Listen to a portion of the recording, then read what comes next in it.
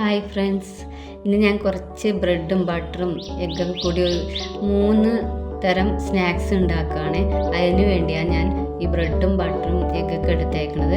Butter unsalted ആണ്, പിന്നെ whole വീറ്റിൻ്റെ bread എടുത്തേക്കണത്. സാധാരണ ഞാൻ മൾട്ടിഗ്രെയിൻ്റെ ബ്രെഡ് എടുക്കാറ്, അത് കിട്ടിയില്ല. അതുകൊണ്ടാണ് ഞാനിപ്പോൾ ഹോൾ വീറ്റിൻ്റെ ബ്രെഡ് 5 കഷ്ണം എടുത്തിട്ടുണ്ട്. അതുപോലെ മുട്ട, നാടൻ മുട്ടയാട്ടോ. അപ്പോൾ ഈ മുട്ടയൊക്കെ നമുക്കൊന്ന് ഒരു ബൗളിലേക്ക് പൊട്ടിച്ചൊഴിക്കാം. പക്ഷെ അതിനകത്ത് ഉപ്പൊന്നും ഇടേണ്ട ആവശ്യമില്ല, കാരണം ബ്രെഡിനകത്ത് അത്യാവശ്യം നമുക്ക് ഉപ്പുണ്ടാവും. പിന്നെ ഒരു 3 കഷ്ണം ബ്രെഡ് നമ്മൾ ഇതുപോലെ കഷ്ണമായിട്ട് മുറിച്ച് കുഞ്ഞു പീസാക്കിയിട്ട് മാറ്റി വയ്ക്കണം.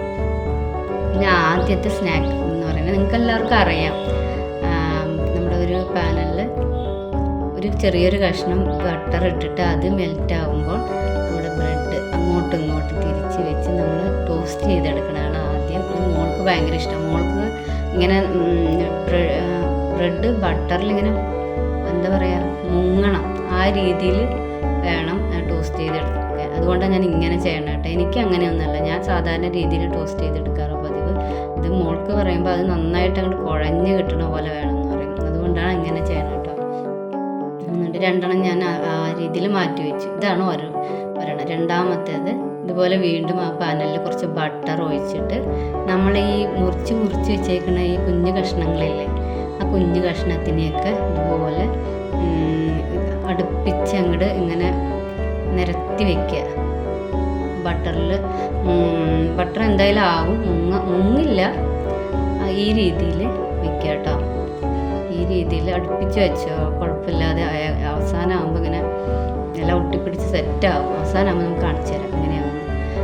ഇങ്ങനെ വെച്ച ശേഷം ഈ നമ്മൾ പൊട്ടിച്ച് വെച്ച മുട്ടയില്ലേ, മുട്ടയിൽ നിന്ന് കുറച്ചെടുത്തിട്ട് ഇതിൽ ഒഴിച്ച് ഒന്ന് പരത്തി കൊടുക്കുമ്പോൾ നമ്മൾ വിചാരിക്കും പൊട്ടിപ്പോകുന്നില്ല കേട്ടോ. ഇത് നല്ല രീതിയിലാണ് ഇങ്ങോട്ട് ഇങ്ങനെ പരത്തി കൊടുത്ത് കഴിഞ്ഞാൽ ഇത് കുറച്ച് നേരം ഒന്ന് സെറ്റാവട്ടെ. കരിയൊന്നുമില്ല, സെറ്റായി നല്ല ടേസ്റ്റായിട്ട് അത് കഴിക്കാൻ. നമുക്ക് ഭയങ്കര ഇഷ്ടം ഇങ്ങനെ ഉണ്ടാക്കി കൊടുക്കണം.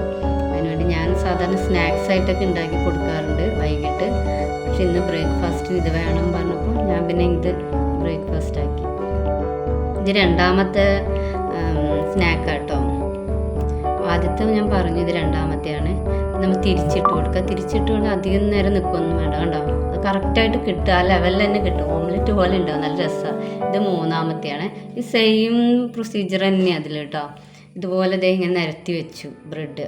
കഷ്ണങ്ങൾ, ബാക്കിയുള്ള കഷ്ണങ്ങൾ ഇങ്ങനെ നിരത്തി വെച്ചിട്ട് അതിൻ്റെ മേളിൽ കുറച്ച് ഇതുപോലെ തന്നെ മുട്ട ഒഴിച്ച് കൊടുത്തിട്ട് ഇങ്ങനെ പരത്തുക. സാധാരണ അപ്പോഴേ ചെയ്ത പോലെ തന്നെ സെയിം പ്രൊസീജിയർ തന്നെയാണ്. എന്നിട്ട് പക്ഷെ ഇത് എനിക്ക് വേണ്ടിയാട്ടോ. ഞാൻ ചുമ്മാ ഇങ്ങനെ കഴിക്കണേക്കാളും അതിനകത്ത് വല്ല വെജിറ്റബിൾസൊക്കെ ഇടാൻ ഇഷ്ടമാണ്. ഇപ്പോൾ തൽക്കാലം ഞാൻ ഒരു സവാള അരിഞ്ഞിട്ട് അതിൻ്റെ മുകളിൽ ഇങ്ങനെ വിതറിയുന്നുള്ളൂ കേട്ടോ. ഇത് പ്രസ് ചെയ്ത് കൊടുത്തിട്ട് സവാള പതുക്കെ അതിനകത്ത് ഇങ്ങനെ വിതറി കൊടുക്കുക. ഇതെനിക്ക് വേണ്ടിയ. മോളിങ്ങനെ സവാള ഇഷ്ടമാണ്, പക്ഷെ ഇങ്ങനെ കഴിക്കണത് ഇഷ്ടമല്ല. ഞാനാണെങ്കിൽ വല്ല ക്യാരറ്റും ഇതൊക്കെ ഇടാറുണ്ട് കേട്ടോ മുകളിൽ. അപ്പം നല്ല ടേസ്റ്റാണ്. ഇത് നമ്മൾ ഹെൽത്തിയാണ് കേട്ടോ.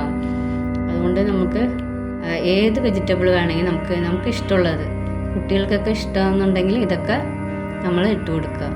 ഇതെനിക്ക് വേണ്ടി ആയതുകൊണ്ട് ഞാൻ സവാള മാത്രം അരിഞ്ഞുള്ളൂ, പെട്ടെന്ന് ചെയ്തതുകൊണ്ട് സവാള മാത്രം അരിഞ്ഞ് ഇതിനകത്തിട്ട്. നമ്മൾ വിചാരിക്കും ഇത് കരിഞ്ഞതല്ല കേട്ടോ. നല്ല ടേസ്റ്റ് അത് കഴിക്കാനായിട്ട്. മോൾക്ക് സവാള ഇട്ട് ഇഷ്ടമല്ലാത്തതുകൊണ്ട് ഞാൻ തന്നെ അത് കഴിച്ചത്. കണ്ടോ, ഈ 3 സ്നാക്കാണ് ഞാൻ പറഞ്ഞത്. നല്ല ടേസ്റ്റ് കേട്ടോ, നിങ്ങൾ ഉണ്ടാക്കി നോക്കണേ. ഇത് മതിയാകും നമുക്ക് രാവിലത്തെ ഒരു ഫുഡൊക്കെ. അപ്പോൾ ഇഷ്ടമായെങ്കിൽ ലൈക്ക് ചെയ്യാനും സബ്സ്ക്രൈബ് ചെയ്യണം. Okay, by.